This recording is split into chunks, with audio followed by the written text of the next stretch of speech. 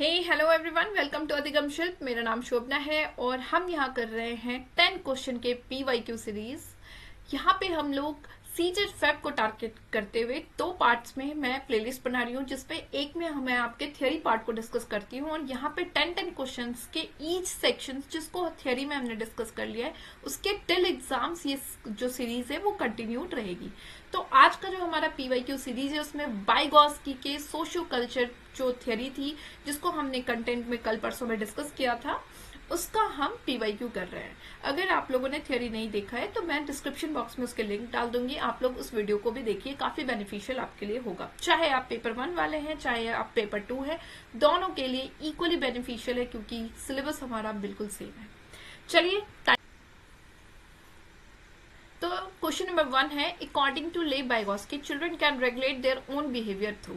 लेव वाइगोत्स्की के अनुसार बच्चे अपने व्यवहार को, स्वयं के व्यवहार को नियंत्रित कर सकते हैं। कैसे? यूज ऑफ इनर स्पीच यानी आंतरिक भाषा का उपयोग करके, प्रोसेस ऑफ इक्विलिब्रेशन संतुलन की प्रक्रिया से, यूज ऑफ सेल्फ रिइंफोर्समेंट स्व सुदृढ़ीकरण का उपयोग करके, प्रोसेस ऑफ अडेप्टेशन यानी अनुकूलन की प्रक्रिया से।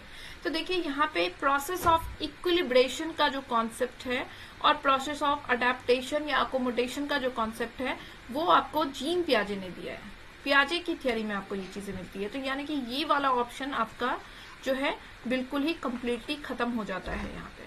ठीक है, अब रीइंफोर्समेंट का जो कॉन्सेप्ट है, रीइंफोर्समेंट के कॉन्सेप्ट को दिया है BF स्किनर ने। ठीक है, तो यहाँ पे ऑप्शन नंबर 1 बचता है यूज ऑफ इनर स्पीच। और देखिए अगर हम तो वाइगोत्स्की का जो स्पीच थ्योरी है, स्पीच के बारे में उन्होंने कहा है, तो उन्होंने स्पीच में बताया था कि 3 तरह के स्पीच होते हैं हमारे। ठीक है, फर्स्ट होता है हमारा सोशल यानी कि सामाजिक स्पीच, जिसमें अब ये क्या होता है, सामाजिक स्पीच में बच्चा जो है यहाँ पे सोसाइटी से, लोगों से इंटरेक्ट करना स्टार्ट करता है। 2 साल में जनरली ये पाया जाता है, बच्चे जब बोलना स्टार्ट करते हैं तो लोगों से बातें करते हैं। दूसरा है आपका प्राइवेट स्पीच। प्राइवेट स्पीच क्या है कि यहाँ पे हर एक काम, जो भी काम वो कर रहा है वो बोल बोल के कर रहा है। ठीक है, अपने आप से बातें कर रहा है, जो प्राइवेट स्पीच है जिसमें वो बच्चा स्वयं से बातें करता है, और ये आपको 3+ के बच्चों में देखने को मिलता है। थर्ड है हमारा साइलेंट इनर स्पीच। और साइलेंट इनर स्पीच में आपने क्या पाया, साइलेंट इनर स्पीच में आपने पाया कि बच्चा जो है यहाँ पे अब स्वयं की बातों, स्वयं को रेगुलेट करने के लिए वो क्या कर रहा है, यहाँ पे वो किसी मन में, मतलब अपने उसको बोलने की जरूरत नहीं पड़ रही है, वो बिना बोले भी काम कर रहा है। तो यहाँ पे क्लियर है कि यहाँ पे जो क्वेश्चन हमारा है कि स्वयं के व्यवहार को नियंत्रित करने के लिए वो कर सकते हैं, क्या कर सकते हैं, आंतरिक भाषा का उपयोग, यानी A number answer is the answer for this question. चलिए, let's move to the next. Theory part में हमने इसको डिटेल से डिस्कस किया हुआ है, अगर आपको देखना है तो आप देख सकते हैं।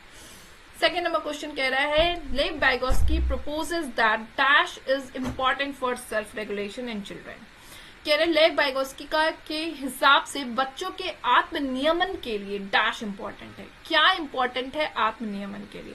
अडेप्टेशन बिल्कुल भी नहीं। मैंने अभी आपसे क्वेश्चन बिल्कुल सेम ही है, अभी मैंने कहा था अडेप्टेशन, इक्विलिब्रेशन, डिसइक्विलिब्रेशन, चाहे कोई भी ये कॉन्सेप्ट, ऑर्गेनाइजेशन, ये तीनों कॉन्सेप्ट आपके जीन पियाजे की थियोरी में पाई गई है। ठीक है, तो ये तीनों ऑप्शन हमारे नहीं बचते, बचता है हमारा inner speech, D number answer, जिसको हमने अभी भी डिस्कस किया है। थर्ड क्वेश्चन है, as per Lev Vygotsky dash plays a significant role in the development of conceptual abilities among children. Lev Vygotsky के अनुसार डैश बच्चों के बीच वैचारिक क्षमताओं के विकास में महत्वपूर्ण भूमिका निभाता है। तो अब देखिए लेव वाइगोत्स्की के हिसाब से किन किन चीजों को उन्होंने सबसे ज्यादा तवज्जो दिया है, तो हमें पता है उन्होंने कोलैबोरेटिव लर्निंग पे बात करा है, सोशियो कल्चर थियरी है यानी समाज और संस्कृति पे तो उन्होंने सबसे ज्यादा इंपॉर्टेंस दी हुई है, साथ ही साथ उन्होंने लैंग्वेज को इंपॉर्टेंस दी हुई है।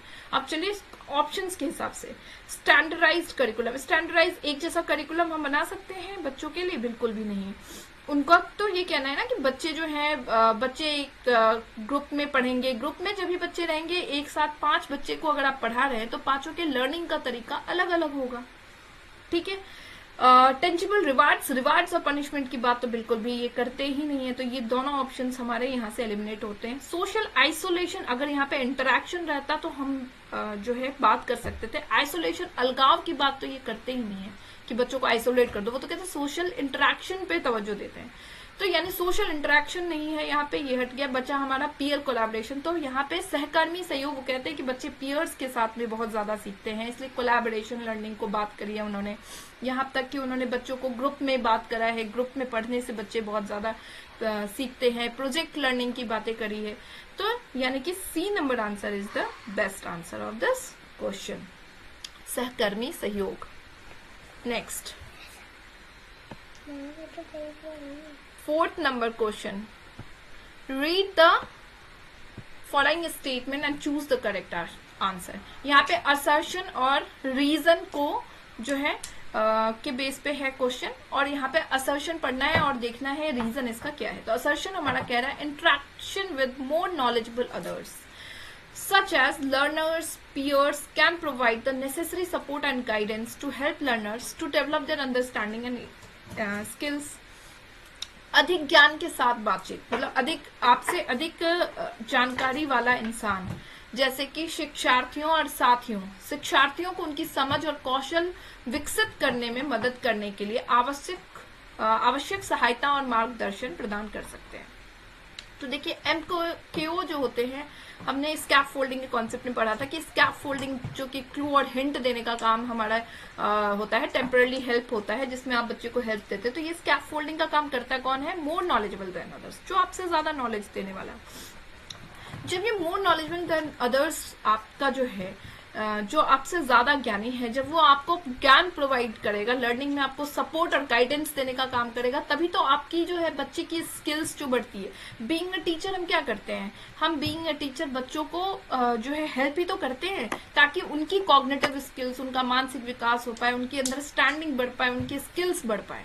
तो ये बात बिल्कुल यहाँ पे सही है, ठीक है, कि अधिक ज्ञान के वाले लोग जो होते हैं, जैसे कि शिक्षार्थी हो गए या साथी हो गए, ये कोई भी हो सकता है, MKO हो सकता है, टीचर हो जाए, हो सकता है उसके फैमिली मेंबर्स हो जाए, हो सकता है उसके फ्रेंड्स हो जाए जो उससे ज्यादा नॉलेज वाले हो, तो वो उनके कौशल को विकसित करने में मदद करते हैं।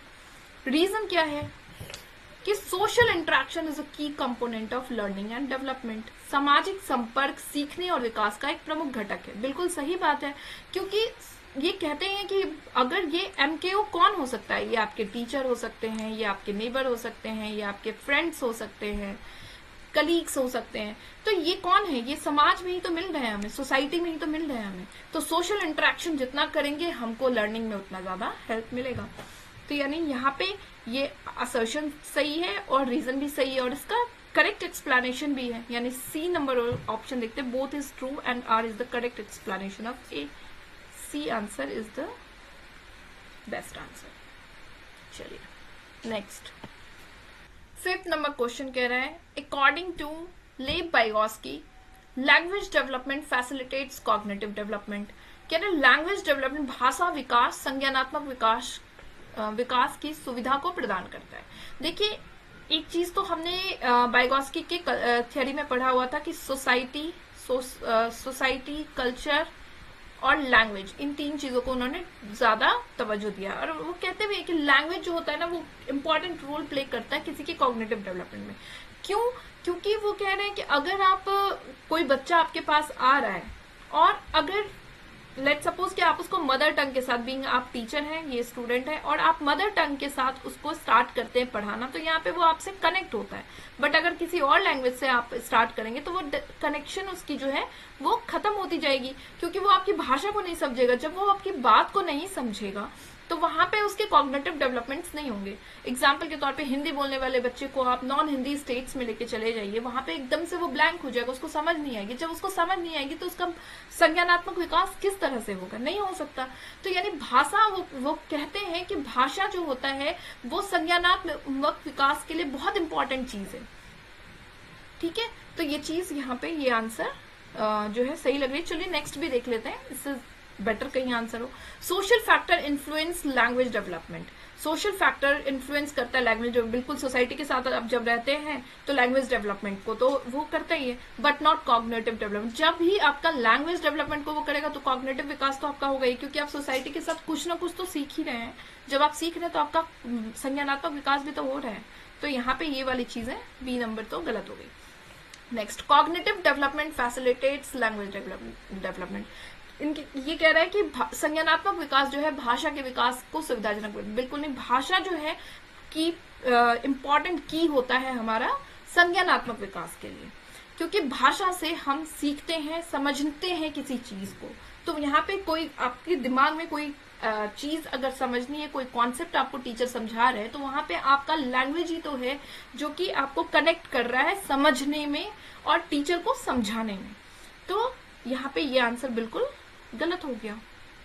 नेक्स्ट कह रहा है language development and cognitive development advance independent from. अगर एक इंडिपेंडेंट की बात तो इन्होंने करी ही नहीं है, ये कहते हैं कि ये दोनों एक दूसरे से जुड़े हुए हैं, और यहाँ पे लैंग्वेज जो है कॉग्निटिव डेवलपमेंट के लिए बहुत इंपॉर्टेंट रोल प्ले करता है। यानी डी नंबर आंसर भी हमारा यहाँ पे डिस्कनेक्ट हो जाता है। आंसर ए बचता है जो कि हमारा जो है बेस्ट आंसर है। लैंग्वेज डेवलपमेंट जो होता है भाषा विकास, संज्ञानात्मक विकास को सुविधा प्रदान करता है, जो कि बिल्कुल सही है। Next, Which of the following statement is correct as per लेव वाइगोस्की आइडियाज। निम्नलिखित में से कौन सा कथन लेव वाइगोस्की के विचारों के अनुसार सही है। चलिए, ऑप्शन नंबर 1 कह रहा है सोशल आइसोलेशन। जहां पे सोशल आइसोलेशन हो गया ना, वहीं पे बात गलत हो गई, क्योंकि सोशल कनेक्शन की बात तो करते हैं, अलगाव की बात नहीं करते, जुड़ाव की बात जरूर करते हैं समाज के साथ में। तो यानी ये ऑप्शन सामाजिक अलगाव सीखने में मदद करता है, ये बात तो वाइगोस्की करते नहीं है। सामाजिक जुड़ाव जरूर ही सीखने में योगदान प्रदान करता है। ठीक है। Children learn best without support of learning, बिल्कुल नहीं। ये कहते हैं अगर आपके पास मोर नॉलेजेबल देन अदर्स है तो वो आपके कौशल को, आपके स्किल्स को, आपके संज्ञानात्मक विकास में सुविधा प्रदान करेंगे, आपको विकसित करेंगे। ठीक है। Clues and hints impede pace of learning. यहाँ पे क्लूज और सुराग और संकेत जो है सीखने की गति में बाधित करता है, बिल्कुल भी नहीं। ये तो कहते हैं स्कैफोल्डिंग, आप दो बच्चे को टेम्पररी हेल्प दो जिसमें क्लूज और हिंट्स आप देंगे बच्चों को, तभी तो वो सीखेंगे, तभी तो वो समझेंगे। Cultural tools contribute to the learning process. सांस्कृतिक उपकरण सीखने की प्रक्रिया में योगदान करता है, बिल्कुल। संस्कृति और कल्चर, सोसाइटी और लैंग्वेज, इन सबको इन्होंने तवज्जो दिया हुआ है। और वो कहते हैं कि आप जिस संस्कृति में हैं, जिस कल्चर में हैं, वो आपके लर्निंग प्रोसेस में बहुत ही ज्यादा इंपॉर्टेंट रोल प्ले करता है, क्योंकि आप जो है जिस संस्कृति पे हैं में रह रहे हैं, जिस तरह के माहौल में रह रहे हैं, वहां पे आपका जो है उसका असर देखने को मिलेगा। लेट सपोज कि किसी जगह पे कोई ऐसी कोई कंट्री है जहाँ पे साइंस एंड टेक बहुत ज्यादा जो है उस वहाँ के कल्चर में इन्फ्लुएंस्ड है, तो वहाँ के जो बच्चे होंगे वो आप देखेंगे टेक्नोलॉजी के साथ में, साइंस एंड टेक्नोलॉजी से रिलेटेड चीजों में बहुत ज्यादा इंटरेस्ट रखेंगे। तो सोसाइटी और कल्चर बहुत इंपॉर्टेंट रोल प्ले करता ही करता है। और डी नंबर हमको कह रहा है कि सांस्कृतिक उपकरण सीखने की प्रक्रिया में योगदान प्रदान करता है, ये बात बिल्कुल सही है। So D number answer is the best answer for this question.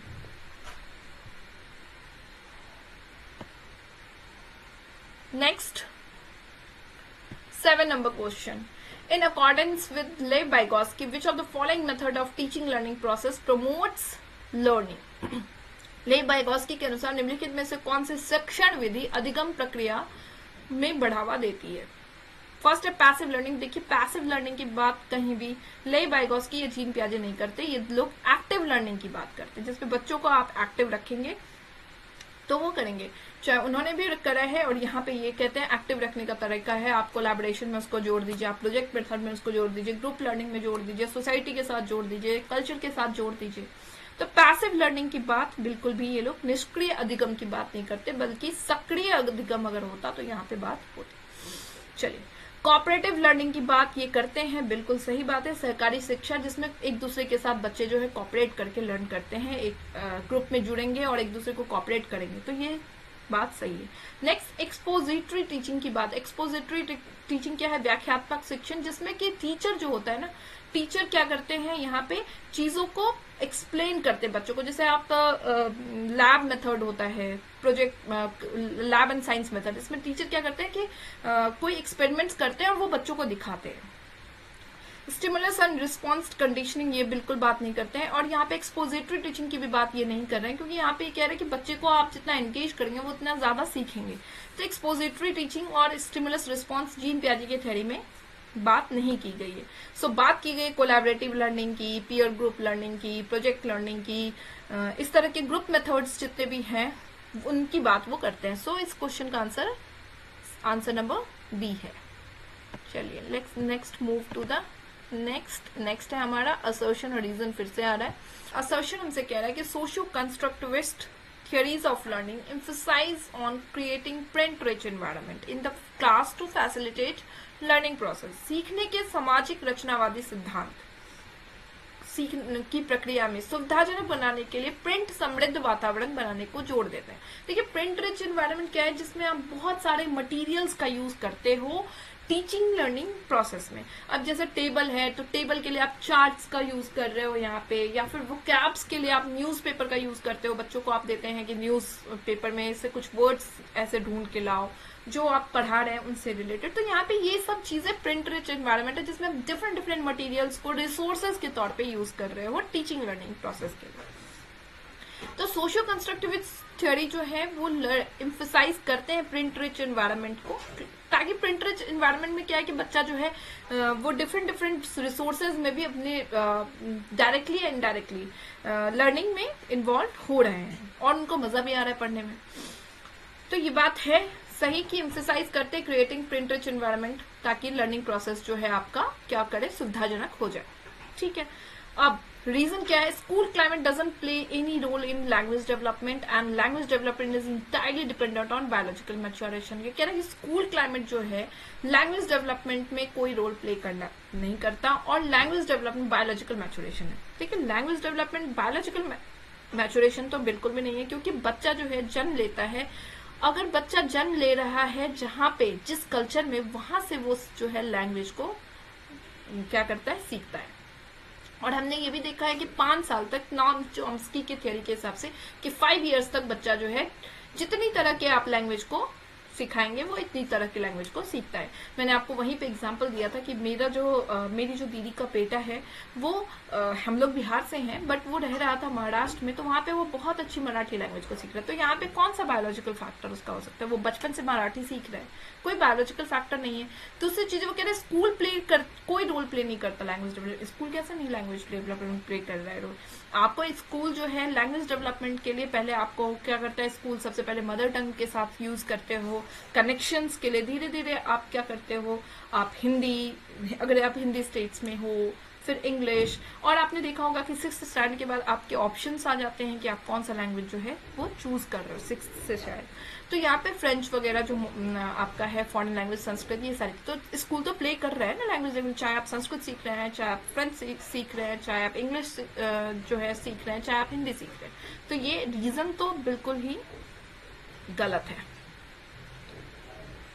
चलिए, तो यानी कि both AR is true, R तो बिल्कुल गलत है, तो जहां जहां आर ट्रू है वो सारे ऑप्शंस ही गलत हैं हमारे। चलिए, ए तो ट्रू है बट आर इज फॉल्स।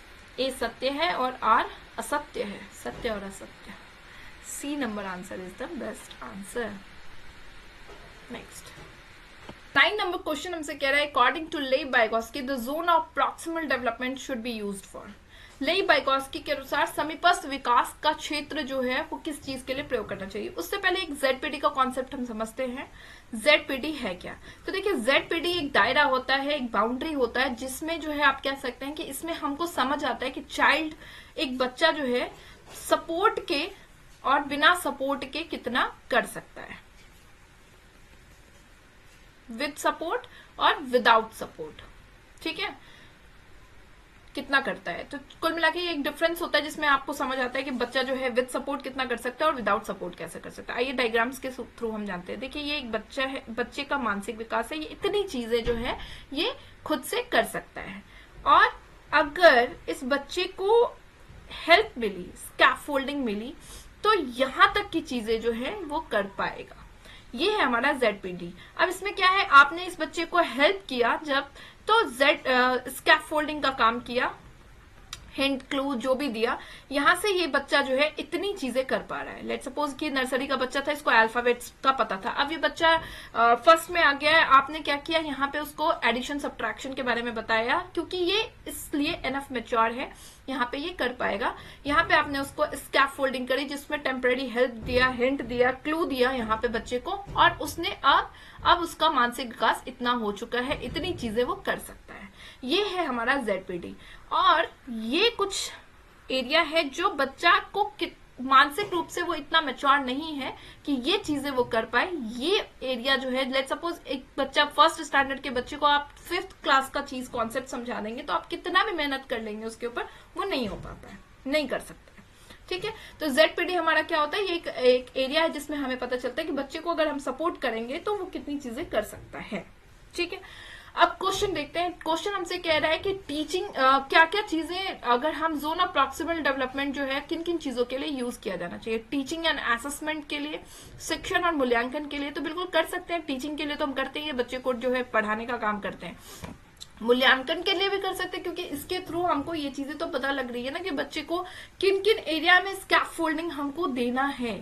तो यहाँ पे असेसमेंट जब हम लेते हैं उसके बाद हम उसको फिर से स्कैफोल्डिंग का काम कर सकते हैं। तो टीचिंग एंड असेसमेंट बिल्कुल मूल्यांकन दोनों के लिए हो सकता है। ये टीचिंग ओनली और असेसमेंट, जहाँ पे ओनली टैग वर्ड्स होते हैं, जहाँ पे ओनली वाले कॉन्सेप्ट्स होते हैं, वो वहीं पे जो है वो क्या होता है, खत्म हो जाता है।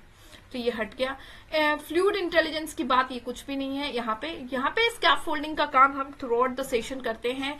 कौन करता है ये, MKO, more knowledgeable than others. तो यहाँ पे इस क्वेश्चन का आंसर है answer number A. Next question है हमारा 10th number question. A teacher give a half done example to a child while teaching a particular concept according to Lev Vygotsky, which of the following strategies is the teacher using? एक शिक्षक किसी विशेष अवधारणा को पढ़ाते समय बच्चे को आधा उदाहरण देता है। लेव वाइगोत्स्की के अनुसार शिक्षक निम्नलिखित में से किस रणनीति का उपयोग कर रहा है? देखिए, लेट सपोज कोई बच्चा है 5th स्टैंडर्ड का है या 6th स्टैंडर्ड का है, यहाँ पे उसको कोई मैथ्स के सम है, वो नहीं समझ आ रहा है। तो यहाँ पे बच्चे को जो है टीचर ने क्या किया कि उसने बोला, अरे इसको A+B के होल स्क्वायर के फॉर्मूला पे डाल के तो देखो। तो ये उन्होंने क्या किया है, उसको एक क्लू दिया है, हिंट दिया है। हाफ डन एग्जाम्पल हो गया जिसमें उसने क्लू और हिंट दिया बच्चे को। अब बच्चा समझ गया है इस चीज को कि इस क्वेश्चन को मुझे किस तरह से करना है। तो ये काम क्या है, half done example, clue, temporary help, जहां पे भी ये सारी चीजें होती है वहां पे बात आ जाती है स्कैफोल्डिंग की, जो कि एक तरह से टेम्पररी हेल्प है। हम बच्चे को टेम्पररी हेल्प करते हैं ताकि बच्चा जो है आगे काम कर पाए, उसका जो है स्किल्स डेवलप हो पाए। ठीक है, तो यहाँ पे इस क्वेश्चन का आंसर स्कैफोल्डिंग होगा।